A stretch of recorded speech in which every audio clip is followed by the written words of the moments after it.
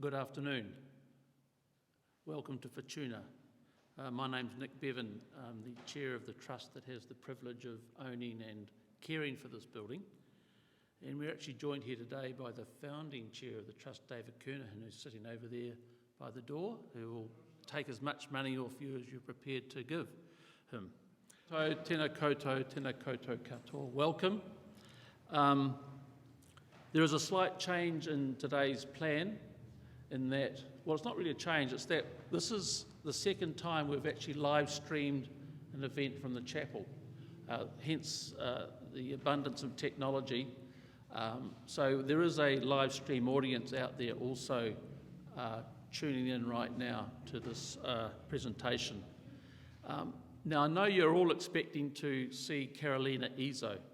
Unfortunately, Carolina can't be here with us today due to COVID regulations, and she's asked me to give her presentation on her behalf. I was actually very involved with the recovery of the Christ figure, which is one of the things that Carolina was going to talk about through me.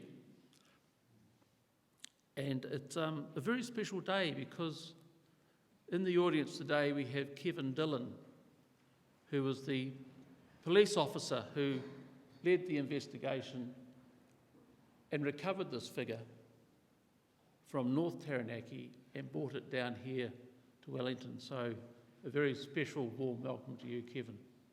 Thank you for your work.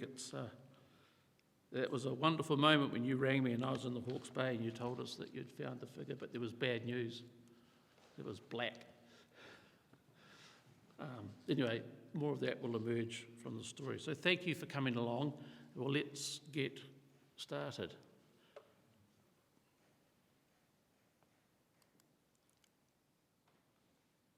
It's been a 12-year mystery for a small community in Wellington, but finally they're celebrating the return of Jesus. A wooden statue of Christ was stolen from Wellington's Futuna Chapel, never to be seen again, or so they thought. Rebecca Edwards explains. A figure shrouded in years of mystery. Disappearing without a trace more than 12 years ago, and leaving few clues to follow. The search for it fueled by faith. There were enough rumours that emerged over the years to keep us going. You know, we followed various leads, we heard various things from people and investigated them all. Those leads eventually taking the search all the way from Karori's Futuna Chapel in Wellington to an unoccupied rural property in Ahititi, Taranaki. As a result of some media exposure, it generated some information which police followed up on, and fortunately we were able to identify the location of the figure. A miracle of sorts for this artist, who was beginning to think he'd never see the figure again. I'd say I was very surprised that it was ever recovered. It didn't look likely. The police are continuing to investigate the theft and say they're following a significant line of inquiry. For the Futuna community, though, they're just happy to finally have the figure home. We have the resolution now. The figure's returned to its rightful place. We, as a trust, are not interested in prosecution. With the mystery solved, the figure will now be cared for by Te Papa while it awaits some restoration work before it's reinstated in its rightful home in March next year. Rebecca Edwards, One News. So you can see there's a news clip from TVNZ. It featured Kevin and Jim Allen, the artist. And I'd like to note that Jim Allen celebrated his 99th birthday on the 22nd of July this year. So the work that you're going to see, including the Christ figure, is Jim's work. Now there's another, it's not working yet, here we go. This gentleman is Neil McLaughlin. He's an architect, Irish architect, who spoke here in the chapel in 2014 and as part of the Futuna Lecture Series. And I'd like you to listen to Neil, because he came here without knowing anything about the building. And it's not his full talk, but he does talk about the Christ figure, and it just helps with the context of this presentation. The second thing which is extraordinary is that this discussion about the figure being taken off the crucifix and put back on again, I find extraordinary. The first thing I would do is look at this figure and say there's no crucifix that I know about that has a figure that has the same presence as this particular figure. If we look at the attachment to the cross itself, the figure is rendered absolutely powerless by the 3 nails. But if you look closer at the shoulders, the chest, and the chin of the figure of Christ, there's an extraordinary sense of empowerment and serenity about the figure of Christ in this. And the German crucifixes that I know that concentrate on horrific suffering, and the Italian ones that concentrate on the pathos of Christ, are in different ways quite unlike this figure, who appears against all odds to be holding themselves, and therefore the arms of the crucified Christ become something empowered and embracing in this space. And I think that's a very powerful thing. But the other thing I find about the crucifix as a thing is it contains a kind of a duplication, because if you take the figure away from a crucifix, you're left with a cross, which is an almost perfect geometric emblem of the human body. It contains the 2 things about humans: the standing upness, their verticality, and therefore their relationship with the horizon. Any Giacometti sculpture gives you that sense of verticality. But the second thing is that the arms deal with empowerment. They deal with the capacity of man to do things. And so as an emblem of humanity, the crucifix isn't just something to do with Christ's suffering, but somehow it's an emblem of the human figure itself. And taking Christ off the cross, you're still left with this very powerful emblem of the body of Christ. So Neil hadn't visited the building, hadn't seen the figure. He just spoke off the cuff about that and about the building, which was quite remarkable. This is an image of one of Jim Allen's paintings for the design of the Stations of the Cross, and I've just started this presentation. This is not part of Carolina's, it's just to give you context, that Jim Allen not only designed the Christ figure and the Stations of the Cross, he also designed the coloured perspex and the light modulators here. But here it is a combination of the Stations of the Cross and the Christ figure in his own hand. And this is an image of the Christ figure in a disused stable in Parnell, where Jim carved it in 1960 and 61. It's carved out of laminated mahogany. Jim had recently separated from his first wife and so was living alone, and he did tell us that it was a very emotional time for him carving this figure, and he spent 3 months carving this figure. So you heard the story that it disappeared and it had been recovered. When it returned to Wellington, it went to the Pacific Collection building at Te Papa. Normally it would take about 3 months for Te Papa to receive an object. It happened with intercession from a number of people within 48 hours. And here it is lying as Kevin would have collected it at Te Papa. And the man kneeling down there is Greer Twiss, who is an Auckland sculptor, and Jim Allen asked Greer to make a new set of the crown of thorns and the spikes, because they had gone missing when the figure had been removed from the chapel. And there's Jim's original crown of thorns on the Christ figure. And you can see all the chisels and swarf, and even there's a camera I just noticed lying there in amongst the chisels. When I first saw the figure, I would have seen it when I was very young, because I did visit here with my parents. They were both occasional retreatants here. But the first time I saw the figure was when Kevin returned it to Wellington. And as he told the story here, it was actually too big to put into the evidence room, so it lay on the floor outside his office, I think. But when I saw it, it was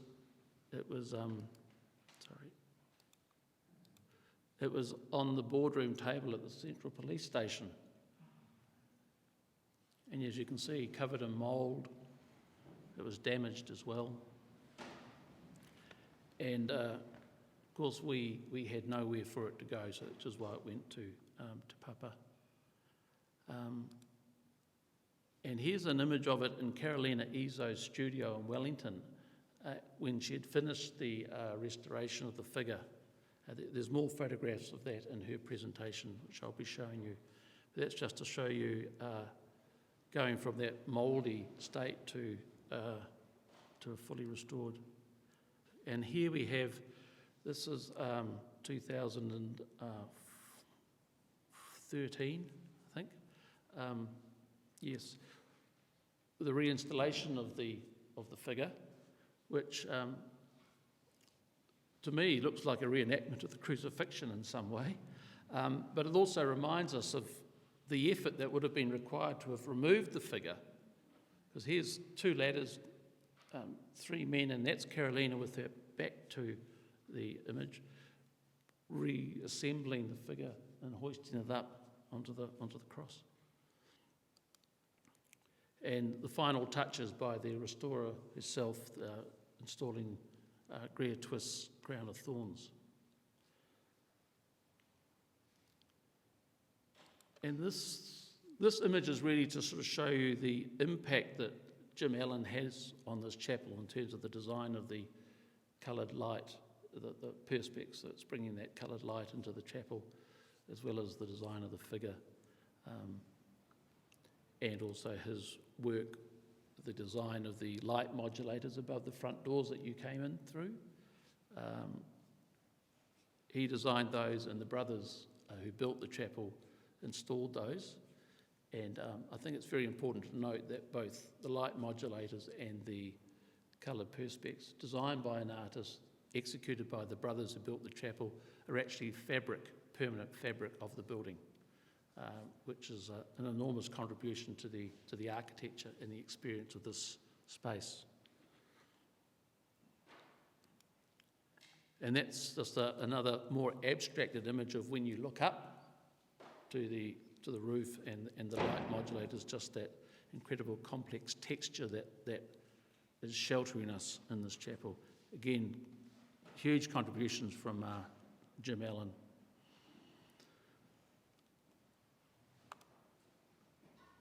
And here's a close-up of the feet with the spike. To remove the Christ figure, the original spikes were taken away. They weren't recovered, as the crown of thorns wasn't also. So we had to have new spikes made. Greer Twist made a prototype for those spikes.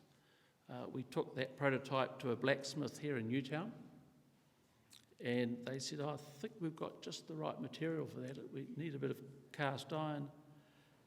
And they fashioned these spikes out of the Wahine anchor chain, which they had purchased as part of the salvage as stock of that quite increasingly rare material. And when you have a close look at that particular spike, you can see the grain in the steel. And that leads us to the other contribution that Jim Allen made, and also why Carolina has been so involved in this chapel. This is a black and white painting that Jim did of the Stations of the Cross, which, if you look around, you can't find it. So he obviously did a number of iterations, and my hunch is, and I only worked this out today, is that the hand in the Stations of the Cross with the spike through it has replaced the foot. But again, these paintings didn't come to light till about 2015. They were held at the Victoria University in a folder in a filing cabinet, and resided there for quite a few years before they saw the light again. They've now been returned to the Scott family. So Carolina and her workers were engaged by the Trust to restore the frieze of the Stations of the Cross that you see running around you here in the chapel. Two reasons. One is that the chapel's been here for 60 plus years and they have never been cleaned. And 2, we had a valuation done by a registered art valuer, and we were a little bit taken aback by the 6-figure number they came up with for these, and we decided that as the owners of this building, the guardians if you like, that we had the responsibility of ensuring that this artwork had an ongoing life. So through the generous funding that we received from the Wellington City Council, they have a Built Heritage Incentive Fund which has actually provided this chapel with in excess of $150,000 since 2006, which is an incredible amount of money. They've given in small amounts, but we've always had to apply for it. But this is just another example of how those sorts of funds can actually assist organisations like ourselves to continue to care for items of national significance. I'd also, and just point out, you'll notice that in that image, the 2 frames of the Station of the Cross don't have their coloured perspex behind, because that was actually removed. More of that a bit later. We also wanted to acknowledge the Chartwell Trust, which is an art foundation who also contributed a large sum of money to assist us in restoring this work. They're devoted to the arts in New Zealand. And so the Wellington City Council just want to acknowledge them again. And this is just a little collection of the work of Jim Allen that you see here. And that was celebrated here in Heritage Week last year, where Ron Brownson, who's the Senior Curator of New Zealand and Pacific Art at the Auckland Art Gallery, spoke about the Christ figure and spoke about its significance. And he regards this figure on the wall as the most significant piece of contemporary figurative carving we have here in New Zealand. So we had that valued, and again we realised that we've actually got a huge responsibility to maintain that presence. And I would also like to thank LT McGuinness, who a construction company here in Wellington, who have assisted the trust over the years. Brian McGuinness was a trustee for some time. They've supported both yesterday's events and today's. And as you may know, they've been involved in some wonderful heritage projects in Wellington, including the government house and St Mary's of the Angels. And of course, we're really here for Carolina's presentation. Here's an image of her taken by Mike White of North and South magazine, of her in her studio with her distinctive red glasses and the Christ figure in front of her. Now here we bring Carolina back to the chapel. This footage was taken in 2013. We had a celebration here of the return of the Christ figure, and we invited all those people who had been involved in the recovery of the Christ figure, the restoration of it, the assistance that was given. And as well, we had, unbeknownst to us, we had a member of the Building Brothers who had actually been involved in the building of this. He turned up for that, and so he was also invited to speak. So I'm not going to run the whole thing for you, but I think it'd be very important, I think rather significant to actually, for you to hear Carolina talking about her connection with this figure. And I'll just run that now, and we can just sit here and listen to. I hope you don't mind if I say buongiorno. So thank you very much for calling me here. Good morning. I would say this is also is a little part that I had in this beautiful chapel, and a contribution I had. The opportunity to work on a sculpture has been fantastic for me. I will give the thanks at the end of my speech, but I was thrilled when the Archbishop told me about the reveal of the funding of the sculpture, and it was a difficult moment for me because I was just coming back from Italy last year.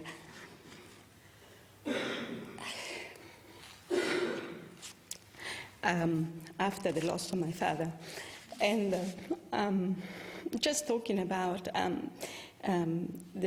Charles was mentioned to me just probably to distract the conversation about the funding, and I was quite sure that I was able to find out how I can be a contribution. In my life in Italy for 20 years, I had quite a few sculpture representing Jesus Christ under my hand and looking after from the 14th century, 30th century on. And in Italy, when the artist is not there, obviously the art curator representing, and I'm talking about obviously the aesthetical part of the object, what direction to take during the conservation. In this case, I was thrilled that Jim Allen I was able to talk to the artist. And what I like to say, just as a contribution, each object that has a spiritual significance for us carry the historical importance, but also the aesthetic importance. And probably it's a time now to talk about the color of the sculpture, how it's finished. We need to consider, therefore, since the sculpture has been here, the color was lighter, was finishing just by oil after an interview with Jim. And the color mahogany was probably quite red, but lighter than it is now. And so after being 40 years, nearly 40 years on site, it's been missing for 12 years. And during these 12 years, we don't know what happened, but somehow it came to us very, very dark. And so it was a big dilemma for me to decide what to do. Certainly, has the theory of conservation guide us. It was not my intention to take the color back to the original, because to just say briefly, there are 3 moments on the life of an object. The first moment is the creation of the object, and the second moment is what we call the lifetime of the object. So whatever happened to the object, in this case, was 40 years on the church, 12 years somewhere. And the third moment is the moment of the intervention carried out by the conservator or the artist, whatever is the situation. So we needed to respect all these 3 important moments and then discuss what to do. So I went and I requested a conversation with Jim Allen in Auckland. And I wanted to first get related to the artist, then to know what the artist's point of view was about the finishing. I knew that he was aware of the darkness. And I was very happy to hear that he was exactly aligned of the theory.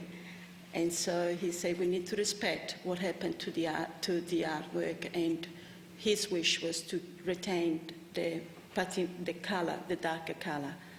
So when I came back to the studio, I found it a bit difficult to do the cleaning. Obviously, I'm not talking about the detail.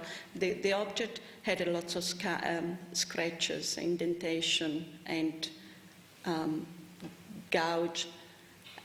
One finger on the right hand was broken and readhered not in the right manner. But generally, to be for 12 years missing, it was in a good shape. But the patina, the finishing, was the most difficult part for me. So having that guide from the artist and strong with the theory of conservation that in Italy and in Europe has been leading for many years by Cesare Brandi theory.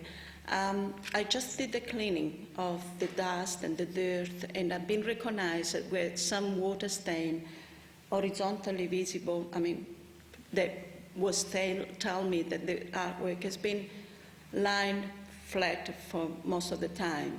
The stain was vertical in respect of the horizontal figure. So after I did the treating, after I treated the work, I just simply finished with some simple coding, but I was quite pleased that finally, after many years in New Zealand, I was heard. My voice about the theory was heard, and I want to really thank you, Jim, because normally when we work with contemporary artists, the willing is always to come back to the original, and it's not the way. And so I was very happy that you were so strong in your wish, and we worked together very well. Also, I'd like to thank you, Nick, Bevin, for an amazing part, the enthusiasm that you showed to us about the figure, coming to see and look at the work every now and again and discuss what is best to do. It was incredible support. We actually, normally the conservator are invisible. Like for me, the best work is when the conservation work is not visible. So that when we're able to give the work back to the community and without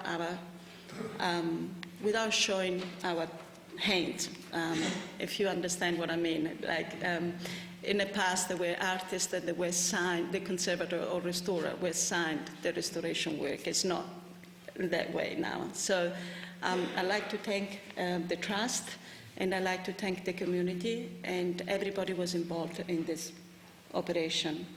It was a big relief for me to work in the Christ in the moment of the loss of my father. So thank you very much.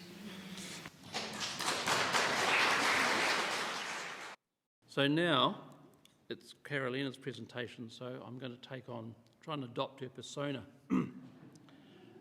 but without the accent, and now you're all a blur.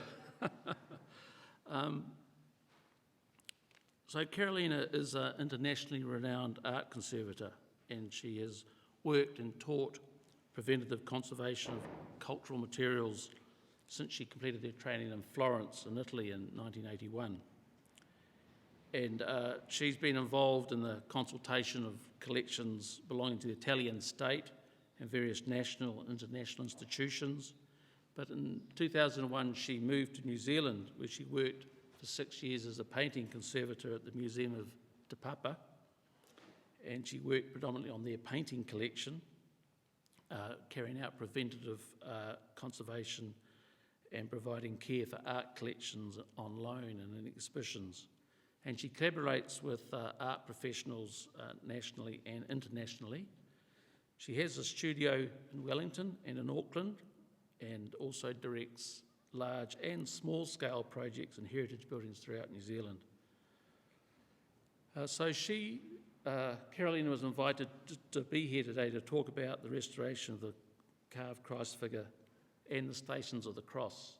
And I mention those particularly because you're some of the first members of the public to actually see them in their completed, restored state. Work was only completed several weeks ago. So after the talk, have a bit of time if you can to have a look at those more closely. So now I'm going to talk to Carolina's slides. I won't be able to talk in the depth that she would have. I have talked to her a number of times about what it is that I'm presenting on her behalf. She is very apologetic that she can't be here today. I think we all can understand her reasons for not being able to be here. I should mention that in that video you saw of Carolina, Jim Allen was sitting in the pew just here, so she was able to, and she had also had meetings with Jim Allen, so he was present here for that, her talk. So now we'll start, but there's a little bit of context that Carolina wanted to provide before we talk about the work here.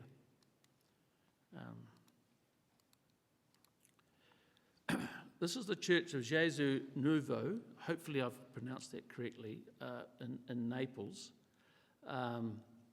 It was built in about 1420.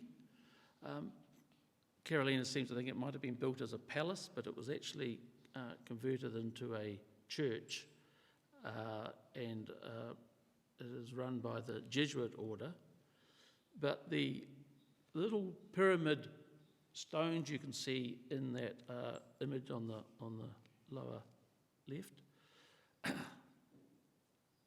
On a large number of those are symbols, and it's been deduced that they are actually Armenian symbols for music. And someone's actually interpreted the facade of that building and created a piece of music, which I think might be connected with the next slide, I'm not sure. But the connection with Carolina was that she was working in Naples at the time on another project, and she was approached by the Jesuit order because they had a crucifix figure that they needed to have restored. So this crucifix figure dated from the 1300s, and it was so-called restored in the 1500s. And they were concerned that this figure had because it was so badly restored, that it struck a discordant chord with the rest of the interior of the chapel. So they actually asked Carolina if she would restore the figure. And the next slide you're going to see is it's sort of slightly Halloweenish, as you can see. This is the figure damaged with a broken arm and sort of falling apart, but you can see the anatomy of the figure. And this was the figure that she was asked to restore. And so she had to remove all the coatings. And of course, the approach of a conservator and talking to her about the Christ figure and the Station of the Cross, they're very, very careful about applying anything to the surface of the work that they're working on until they know exactly what's there, so they don't sort of damage it further. And quite often it's warm, soapy water. But no, she had to work on this figure.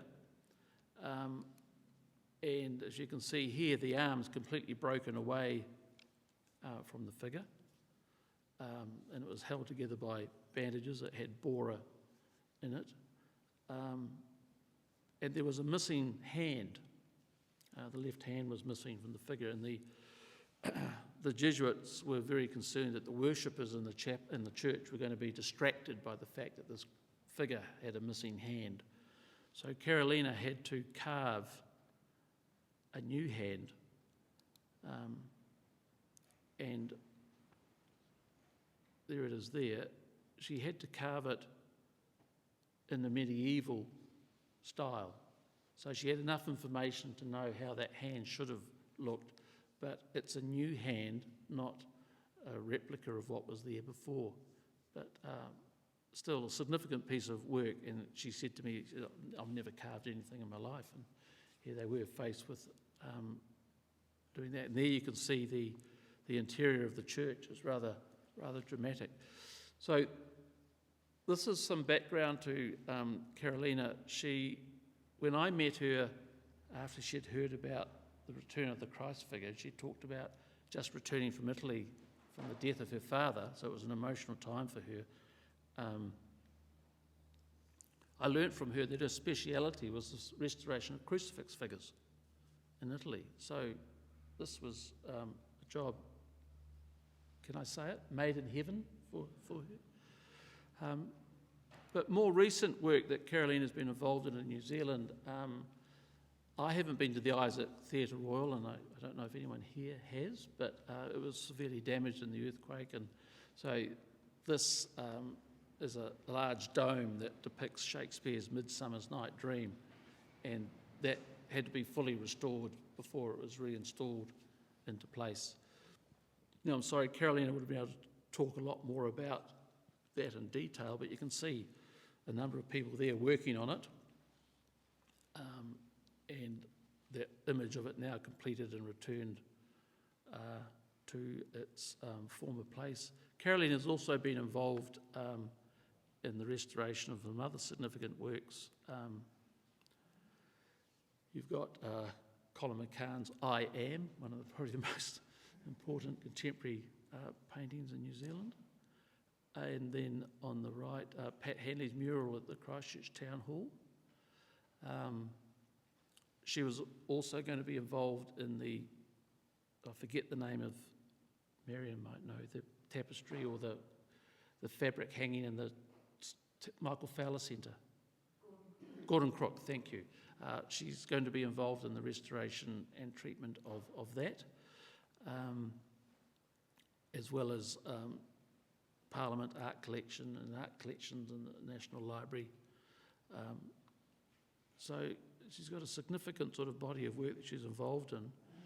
But now that brings us to the Christ figure, and the next image you'll see is the return of the Christ figure to the chapel, carried by Warwick McKee and Kevin.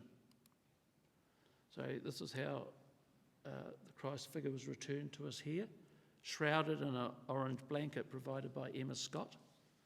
I think John Scott, Emma's father, who's the architect of the building, and worked with Jim Allen on the artwork here, a really true collaboration of artist and architect. That orange colour there is referred to in the Scott colour range as Rescue Orange, and we've got an example here in the front row as well of Rescue Orange. So it was brought to the church, and then it was taken to Carolina's studio, and that's when she examined it really closely. You can see it had a damaged finger. There were gouges in the figure. It was covered in mould, and of course it had been 12 years in a rural shed and it suffered moisture damage and so on. So she spent a number of months working on that figure. And I should note that the funding of the restoration of the Christ figure was provided by Willis Bond Developments. They covered the costs for the trust, and the hardware, the crown of thorns and the spikes, which we refer to as the hardware, that was the cost of that were covered by F.L. Bone, who are a hardware company in the Hawke's Bay, who just happened to be John Scott's hardware supplier for all the years that he practiced in the Hawke's Bay. So the next image is the figure restored, and the lines that you see, Carolina's son did these images, and that's tracing the lines of the laminated mahogany, because the Christ figure is not made out of one solid piece. And there were discussions between Father Bevin, who was the leader of the community here, and Jim Allen and John Scott. Jim Allen and John Scott wanted the Christ figure on the wall alone without a cross. As Neil McLaughlin was saying, the figure itself forms a cross. But Father Bevin, this is in the 1960s or early 1960s, said, well, I don't think the Marist community could handle a crucifix figure on the wall without a cross. But in 1986, when Father Bevin was interviewed by Russell Walden, who wrote the book Voices of Silence, we have the tape, so we hear the words, that he then admitted that having the figure on the wall without the cross would have been the right thing to have done. It's a heritage building. We're not allowed to make any changes to the interior, so that stays as it is. But this is a remarkable document that Carolina put together, a full report on all the work they'd done to the figure, what they had discovered, and the materials they used, and photographs of it front and back. And as you can see on the left, the figure's actually fully carved on the back, and even the top of the head, which we haven't got an image of but here, but a fully carved figure. And we also know from the archives that Russell Walden gifted the trust that Father Bevin briefed Jim Allen on the Christ figure and said, we want it to be a figure for every man. And a lot of people have responded to this figure and regard it as a Pacifica figure. It doesn't have the tortured, wounded quality that you will see in South American churches or in Europe. You know, it isn't dripping with blood. It's actually, as Neil was talking, it's holding itself, and it's a serene figure, almost asleep.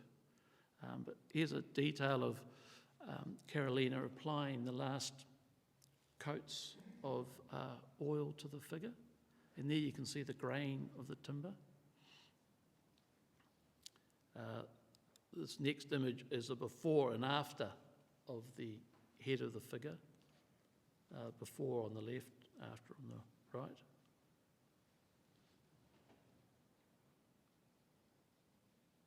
So we now move to the Stations of the Cross. For those of you who are not familiar with the meaning behind the Stations of the Cross, it's the narrative of the crucifixion, starting here and goes in an anti-clockwise direction. There's 14 panels with figures in it, some with 3 and some with 4 panels, and it starts with the condemnation of Christ and goes through his journey up Golgotha to the crucifixion and then his entombment.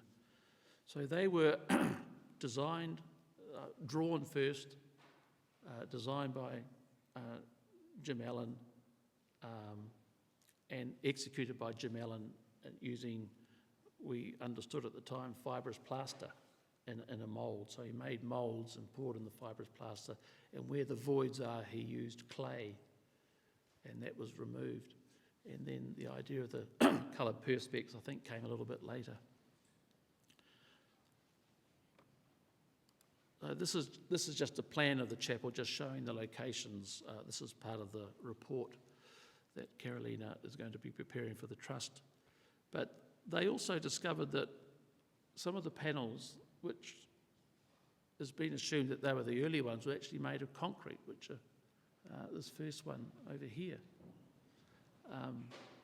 And it's been overpainted in the white on the back. So here's, in the bottom right, that's Carolina and Maria, who worked on the restoration, along with Menon from, Maria's from Romania, and Menon was from France, and they were both specialists in ceramics and art restoration. So they removed all the coloured perspex pieces. I think there's probably 250, 300 pieces. They were all unscrewed. The screws were rusting. In some cases, they'd blown out the fibrous plaster. So they were all removed and cleaned independently and assembled in such a way that it could be reassembled. And then they went about cleaning each of the panels they were using brushes, toothbrushes, cotton buds, right down to the finest detail they could, as well as you can see, back-mounted vacuum cleaners, and also repairing where they needed to with the same material, very carefully following the original intention of the artist. And there's a close-up, you see of some damaged fibrous plaster, and you can see the actual fibres coming through. This is the back of the concrete panel, which you actually see the paint peeling off the concrete. And this panel here actually had some pencil marks on it, but possibly some sort of coating for the installation of the panel. We don't know, but they've all been clean. You can see the mould. This chapel is, it does have an element of dampness at times, and you can see the mould on the back of the panels were starting to take over. And there's one panel, which is the second, I think it's the middle one over here, which actually, the back of the panel is painted a very, very dark grey. And we don't know why, but we do have in our possession a photograph of that section with that panel facing out this way. So they were obviously experimenting at the time whether the panels are going to be black or white. We don't know. Unfortunately, Jim's 99, but he's frail, and we're not bothering him with too many questions. There you can see the perspex with the old rusty screws. So every screw's been replaced. They also found some original copper nails which have been cleaned and reused. And the perspex pieces before and after.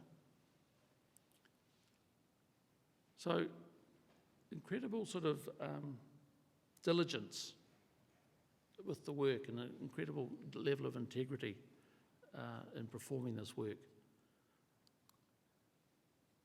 And that's just an example. On the left you can see there's where a screw was, and it had blown out the fibrous plaster, and so it's been restored before the screw's been put back.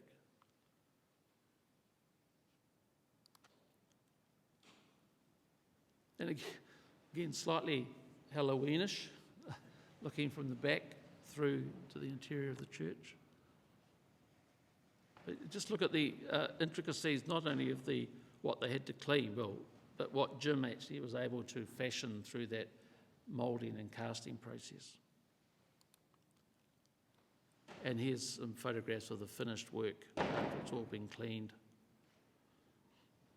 There is some carving marks on the back of the plaster, chisel marks, gouges, rasp marks, and we can only assume that they were by the hand of the artist, possibly just cleaning up the panels before the perspex was installed.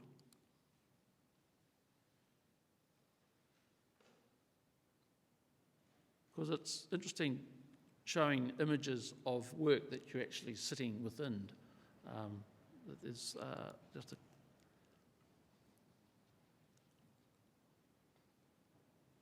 that's the finished work of the one, the Sacred Heart altar area.